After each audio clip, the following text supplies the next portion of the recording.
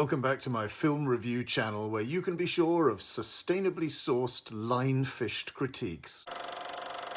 After almost 40 years, Wim Wenders' Euro-Americanist masterpiece Paris, Texas, co-written by Sam Shepard, is now on re-release. It feels as richly mysterious as ever with its wailing, shuddering slide guitar by Ry Cooder on the soundtrack, which became as much of an instant classic as Ennio Morricone's theme for The Good, the Bad and the Ugly. The music mimics the desolate beauty of the Texan landmass and the micro-landscape of the star's own weather-beaten face. This was, of course, the unforgettably gaunt and haunted Harry Dean Stanton, who at 58 years old, and after a lifetime of self-effacing supporting roles, suddenly leapfrogged mere star status to become an icon. I was hoping to show you that I was your father. You showed me I was. How can I have two fathers? Just lucky, I guess. I could never heal up what happened. I can't even hardly remember what happened. It's like a gap. Have you seen Jane or talked to her? We thought you were dead, boy. How long have I been gone, do you know? 4 years. Is 4 years a long time?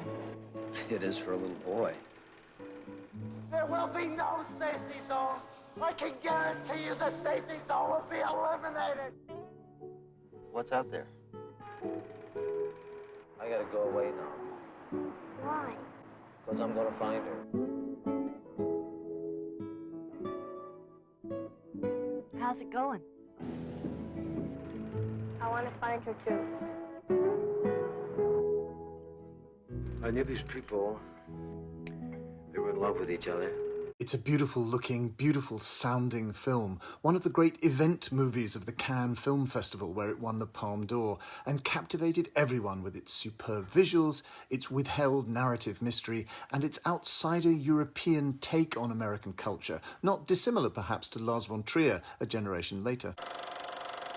Stanton plays Travis, a dishevelled guy seen at first walking surreally alone through the parched desert in a shabby suit and tie, mute and clearly in some traumatised state, agonised by a secret history of guilt and shame. Finally, he has to be picked up by his long-suffering brother Walt, a wonderful performance from Dean Stockwell. Walt has these 4 long years been looking after Travis's infant son Hunter, after Travis suddenly vanished and his wife Jane, played by Nastasia Kinski, disappeared also. What on earth has been happening all this time? Walt and his French wife Anne, played by Aurore Clément, take Travis into their home, if not yet precisely their hearts, and he lives with them in suburban LA, hardly more than a kid himself. But then Travis opens up about his dreamy, long-forgotten plan to live in the little town of Paris, Texas, where he was apparently conceived, and gets it together sufficiently to take Hunter on a road trip with him to Houston, where he has discovered Jane is living. And it is there that he finds her working in a sleazy and somewhat bizarrely imagined peep show, a rather Lynchian touch. Both Stockwell and Stanton went on to work with David Lynch. The lonely geographies of Texas and the unglamorous LA suburbs are superbly caught, and Wenders and Shepard indulge a love of motels with their heartbreaking neon signs about vacancies and TV and aircon. This movie did as much as anything to make motels the signifier of roadside reality in the American heartland and rescue them from the taint of Psycho and the Bates Motel. Finally, there are those amazing climactic scenes in The Peep Show, a metaphor for Travis and Jane's alienation from each other.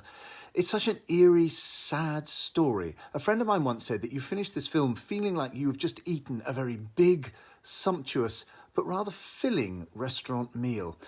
Some of Paris, Texas looks a little contrived now, but there is still real artistry in it. That's it. Please give this YouTube channel a like and a share on social media. And very importantly, pull your fist back at shoulder height and hit that subscribe button and leave a pert little comment to say that you've subscribed and how that makes you feel about yourself. And also, buy my book, The Films That Made Me, an edited selection of my essays and reviews for The Guardian. See you next week.